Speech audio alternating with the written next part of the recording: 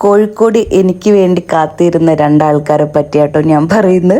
വേറെ ആരുമല്ല, ഈ കാണുന്ന വലിയ ചെമ്മീനും അതുപോലെ തന്നെ കുറച്ച് കടുക്ക ഞാനതിൽ കാണിക്കുന്നില്ല.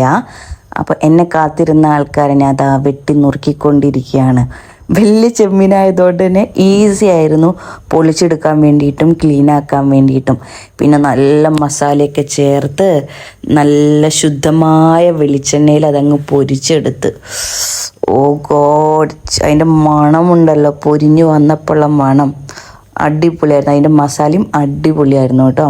പിന്നെ അമ്മയും കൂടെ വന്നിട്ടുണ്ടായിരുന്നു. അമ്മ ഉണ്ടാക്കിയ വെണ്ടയ്ക്ക തേങ്ങരച്ച കറിയും പയറുപ്പേരിയും, പിന്നെ അതാ സൈഡിൽ കണ്ടില്ലേ, ഇതാ കടുക്ക റോസ്റ്റും ചെമ്മീൻ പൊരിച്ചതും ഒരു ഇലയൊക്കെ അങ്ങ് വെട്ടി നമ്മൾ അതിലിട്ട് നന്നായി കുഴച്ച് കഴിച്ച്. ഉഫ്, ഈ മീനൊക്കെ ഫ്രഷ് ആയിട്ട് പിടിച്ചു കൊണ്ടുവരുന്ന സ്ഥലത്ത് നിന്ന് നമുക്ക് മനോജ് ബ്രോ കൊണ്ടു തന്നതാട്ടോ.